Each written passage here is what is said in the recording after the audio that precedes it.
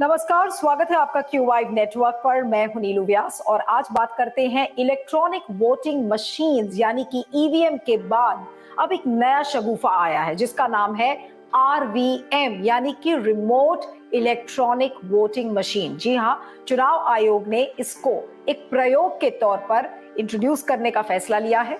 इसको लेकर सारी जो स्टेट पॉलिटिकल पार्टीज हैं, नेशनल पॉलिटिकल पार्टीज हैं, उनको आमंत्रित किया है कि 16 जनवरी को आप चुनाव आयोग के ऑफिस आइए और इसको लेकर डेमोन्स्ट्रेशन होगा।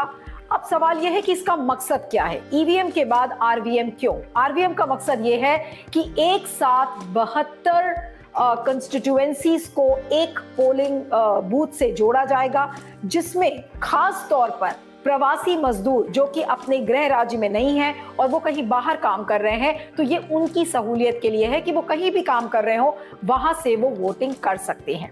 अब तमाम पॉलिटिकल पार्टीज का ये कहना है कि देखिए, ईवीएम और वीवीपैट्स को लेकर ऑलरेडी बहुत सारी धांधलेबाजी होती थी। ऐसा आरोप उनका है कि धांधलेबाजी थी, बहुत सारी शंकाएं थी, उनको तो दूर नहीं किया गया।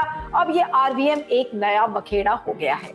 अब आरवीएम को लेकर जो ये शंकाएं हैं, क्या ये वाकई में एक वरदान है या एक नया बखेड़ा है? इसको लेकर बहुत सारे डर हैं, बहुत सारे शक हैं। इसको लेकर इस समय हमारे साथ लाइव बातचीत के लिए हैं अनिल सिन्हा जी, जो कि वरिष्ठ पत्रकार हैं, लेखक, संपादक। अनिल जी, आपका बहुत बहुत स्वागत है क्यू वाइव नेटवर्क पर। और जो मेरा पहला सवाल है कि ईवीएम के बाद आरवीएम के क्या मायने हैं? तंत्र के हिसाब से लोग कह रहे हैं लोकतंत्र इससे मजबूत होगा, आप इसे कैसे देखते हैं सर? नहीं, वो ऊपर मतलब कहने को तो है ऐसा कि जो सिस्टम मतलब हर एक माइग्रेंट वर्कर को मिले वोटिंग का अधिकार, ये एक अपने आप में संवैधानिक दायित्व है इलेक्शन कमीशन का, और ये एक उनका अधिकार है। तो उनका अधिकार उनको मिले, इसमें किसी को संदेह होने की बात नहीं है। लेकिन सवाल ये है कि जो इलेक्शन कमीशन अपनी विश्वसनीयता को इस तरह से डाले हुए है, मतलब शक के घेरे में लंबे समय से, मतलब कम से कम 8 साल से तो है ही, जितने चुनाव हुए हैं सब में है।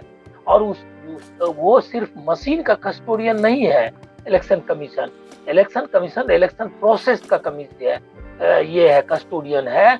और उसको फ्री एंड फेयर पोल्स के लिए एक ऑटोनोमस कॉन्स्टिट्यूशनल बॉडी है।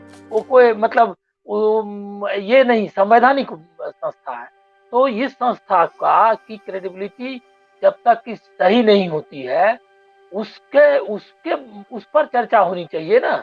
तो वो उसके बारे में वो सीरियस नहीं है। इसका मतलब ये है कि ये जो मतलब मूव है, ये कहीं पॉलिटिकल मूव तो नहीं है गवर्नमेंट की से इंस्पायर्ड, क्योंकि अभी तुरंत ये चर्चा बहुत पहले से है। और बहुत पहले से इलेक्शन कमीशन जो बाहर में रहने वाले लोग हैं, जो चले गए हैं, उनको भी वोटिंग का मिले, जिसके लिए पोस्टल बैलेट पहले से भी है। तो ये व्यवस्था उस समय से ही है। लेकिन और उसकी कोशिश लगातार होती रही है उसको इम्प्रूव करने की, कि वो बेहतर से बेहतर हो, उनका वोट समय पर पहुंच जाए, कोई उसमें गड़बड़ी ना हो। ये सारी बातें हैं। लेकिन इसमें टेक्निकल जो प्रॉब्लम्स है वो तो अलग है। वो तो है ही कि आप एक पोलिंग एजेंट कैसे वहां रखेंगे। वो पोलिंग एजेंट जो हर एक पॉलिटिकल पार्टी का पोलिंग एजेंट, क्या सूरत में बिहार के किसी कंस्टिट्यूएंसी का पोलिंग एजेंट मतलब पोल को कंडक्ट कराने के लिए जो पोलिंग एजेंट है, वो कैसे हो पाएगा? कहाँ से आप चुनेंगे? कौन उसको आइडेंटिफाई करेगा? और वो जो वोटर है उसकी ऑथेंटिसिटी कैसे आप उसको तय करेंगे? दूसरा ये है कि इसमें जितने नाम दर्ज होंगे वो क्या सही वोटर्स होंगे? कई बार ये भी है, शंका रहेगी कि कहीं बड़ी संख्या में, क्योंकि कई जगह शिकायतें हुई कि जो जेन्युइन वोटर्स थे उनके नाम निकाल दिए गए, और जो ये फर्जी वोटर्स हैं उनके नाम आ गए। उसमें मरे हुए लोगों के नाम के बारे में भी कितनी बार आपने कहानियां सुनी होंगी कि जो लोग मर गए हैं वो लोग भी वोट कर रहे हैं। तो ये इलेक्शन कमीशन अभी इसी को जब फुल प्रूफ नहीं कर पाया, तो एक रिमोट में जो चला गया है 6 महीने के लिए, कह रहे थे हमारे पूर्व इलेक्शन कमिश्नर, तो किसी के लिए भी हो ये व्यवस्था, इसके पहले मुझको लगता है कि अपनी क्रेडिबिलिटी को रिस्टोर करने के लिए उसको एक्शन मतलब कदम उठाने चाहिए चुनाव आयोग को, जिस बारे में मुझको लगता है कि इलेक्शन कमीशन सीरियस नहीं है। और वो जिस तरह से